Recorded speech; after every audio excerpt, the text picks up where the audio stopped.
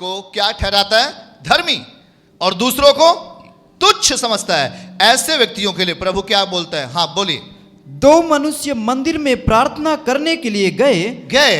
एक फरीसी था और दूसरा चुंगी लेने वाला। हाँ, फरीसी खड़ा होकर फरीसी मंदिर में गया, अपने मन में यह प्रार्थना करने लगा, हे परमेश्वर, हे परम पिता, मैं तेरा धन्यवाद करता हूँ मैं कि धन्यवाद कर रहा हूँ, मैं दूसरों मनुष्यों के समान अंधेर करने वाला, मैं दूसरे व्यक्ति के समान अंधेर करने वाला, अन्यायी और व्यभिचारी में नहीं हूँ। पहला व्यक्ति प्रार्थना कर रहा है, फरीसी। हाँ, और न इस चुंगी लेने वाले के समान हूँ। और जो मेरे बगल खड़ा हुआ है चुंगी लेने के समान मैं पापी नहीं हूँ। मैं सप्ताह में 2 बार उपवास रखता हूँ। मैं सप्ताह में 2 दिन खाना नहीं खाता हूँ, मैं उपवास रखता हूँ। मैं अपनी सब कमाई का 10वां अंश भी देता हूँ। मैं अपनी सब कमाई का 10वां भाग भी प्रभु तेरे राज्य के लिए बोता हूँ। परंतु चुंगी लेने वाले ने, परंतु उसके बगल उसी मंदिर के सामने दोनों खड़े थे, और चुंगी लेने वाले ने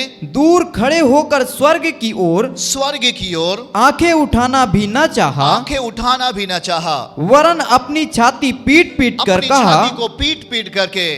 कहा, हे परमेश्वर, मुझ पापी पर दया कर। मैं तुमसे कहता हूँ कि, मैं, यीशु मसीह कहता है, मैं आपसे बोल रहा हूँ कि वह दूसरा नहीं, वो पहला फरीसी नहीं, परंतु यही मनुष्य धर्मी ठहराया जाकर अपने घर गया। आमीन कहिए, हालेलुया। बोलो, पहला नहीं, जिसने कहा प्रभु मैं इससे श्रेष्ठ हूं, जिसने कहा प्रभु मैं एक धर्मी व्यक्ति हूं, जिसने कहा प्रभु मैं सप्ताह में 2 बार उपवास रखता हूं, जिसने कहा हे प्रभु मैं अपनी कमाई का 10वां अंश देता हूं, और वो दूसरे को बोलता है मैं इसके समान नहीं हूं, मैं इससे अच्छा हूं, वो गलत है, मैं उससे बेहतर हूं, मैं अपनी जिंदगी का बखान कर रहा हूं आपके सामने। क्या ये प्रार्थना का भाग है? क्या 2 व्यक्ति परमेश्वर के सामने हैं, दोनों को हीलिंग की जरूरत है, दोनों को छुटकारे की जरूरत है, पर उन दोनों व्यक्तियों में आज कौन चंगाई को पाएगा? आज कौन मन की शुद्धता को पाएगा? कौन विवेक की शुद्धता को पाएगा? ये बात आज आपके सामने मैं बोल रहा हूं। आज 2 व्यक्ति मंदिर में खड़े, जैसे आप में से कई लोग हैं जो सही हैं, कई लोग हैं आपकी प्रार्थनाएं कैसे हैं। मैं आपको एक बात बताता हूं, आपके बोलने के आधार पर आपका न्याय होना है। आप जैसे बात करोगे उसी के आधार पर आपका निर्णय होना है। आपका बोलना आपके जीवन के आधार को सही करेगा, आपका बोलना आपके जीवन के आधार को बेकार भी कर देगा।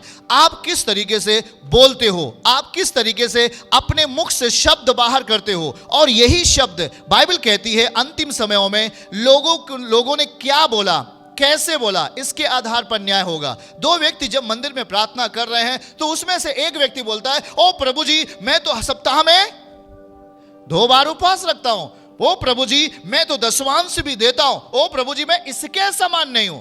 जरा बातों को समझो, मैं इस व्यक्ति के समान नहीं हूं। आप किसके सामने खड़े? वो 2 व्यक्ति किसके सामने खड़े? किसी इंसान के सामने नहीं। किसके सामने खड़े? परमेश्वर के सामने।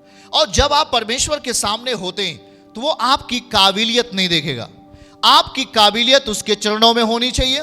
आपका जो कुछ भी हो उसके सम्मुख, उसके घुटनों में, आप घुटनों के बल उसके सम्मुख रखना पड़ेगा।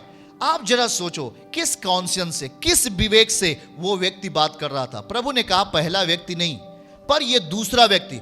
दूसरा क्यों? क्योंकि वो नम्र हुआ। बोलो, नम्र बना, पश्चाताप किया, अपने गुनाहों की माफी मांगी। और जब तक आप पश्चाताप नहीं करेंगे, जब तक आप गुनाहों की माफी नहीं करेंगे, आपका विवेक मरा ही रहेगा। और अपने विवेक को जिंदा करने के लिए, अपने विवेक को जिंदा करने के लिए आपको पश्चाताप करने की जरूरत है। Hallelujah, hallelujah. जरा समझो वो कैसा विवेक था जिसने अपनी ही प्रशंसा कर डाली परमेश्वर के सामने। आप जरा समझो कि वो कैसा व्यक्ति है। क्या उसका विवेक जिंदा है?